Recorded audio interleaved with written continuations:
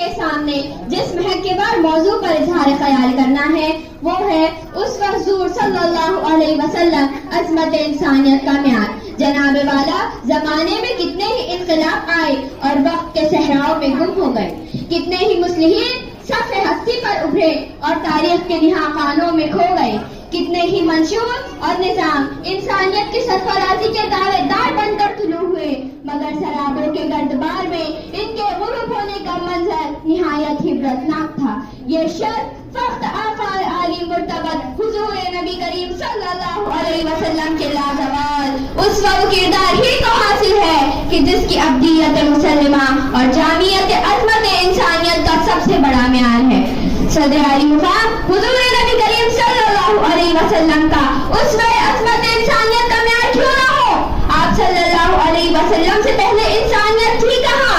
انسانی ہاتھوں کی تراشیدہ اصنام کی پرستش ہو رہی تھی، بچیاں زمین میں زندہ دفن ہو رہی تھی، شراب، جوا اور بے حیائی کی تہذیب و قتل و غارت گیری کو تمدن کا نام دے دیا گیا تھا۔ صرف جزیرہ نمائی عرب میں ہی نہیں بلکہ 14 صدیوں پہلے کے ایران، مصر، ہند اور چین میں بھی مصلحت کی سولی پر لٹکتی ہوئی انسانیت کا نوحہ سننے والے کان بہرے ہو چکے تھے۔ ایسے دور پر اشرف میں جناب والا فاران کی چوٹیوں سے ابھرنے والی مہتاب نبوت کی کرنوں نے انسانیت کو حیات نو بخش دی۔ میرے آقا نے غمزدوں کو زندگی کا شعور دیا، بے بسوں کو اوپر اٹھایا اور زمانے بھر کا مولا کر دیا۔ زندہ دفن کی جانے والی مظلوم بچیوں کا دریدہ دامن باوقار زندگی کے موتیوں سے بھر دیا، ماں باپ کے قدموں تلے جنت رکھ دی، غلاموں کو شوکت گسرائی اور مجبوروں کو عظمت دارائی بخش دی۔ انسانی مذاہب کی پرستش کرنے والوں کو انوار توحید سے آشنا کر دیا، شیطانیت کا قصر ہلاکت زمین بوس ہو گیا اور چمنستان انسانیت پر بہار آ گئی۔ آئے حضور زیست کا سامان مل گیا، انسانیت کا چاک تھا دامان سل گیا، معیار زندگی بنی سیرت حضور کی، شرک و ہوا حفظ کا ایوان ہل گیا۔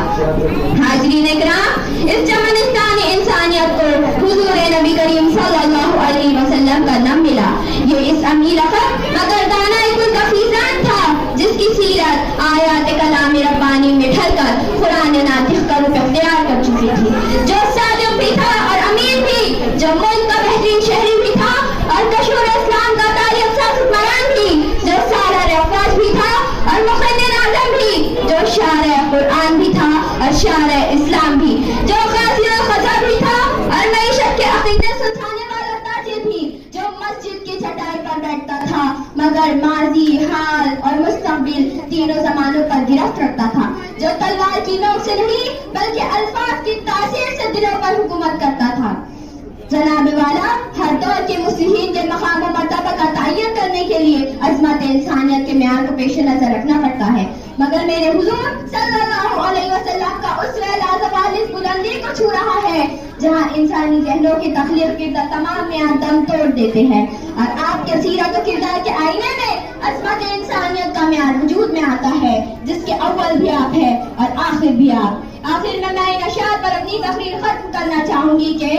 اس عقل کم نگاہ کی زد سے نکل کے آ، تو اسوہ حضور کے سانچے میں ڈھل کے آ، ملتی ہے آنسوؤں کو ستاروں کی آبتاب، ملتی ہے آنسوؤں کو ستاروں کی آبتاب، اے شوق بے قرار سر مزگاں مچل کے آ۔ وآخر الدعوانا الحمدللہ رب العالمین۔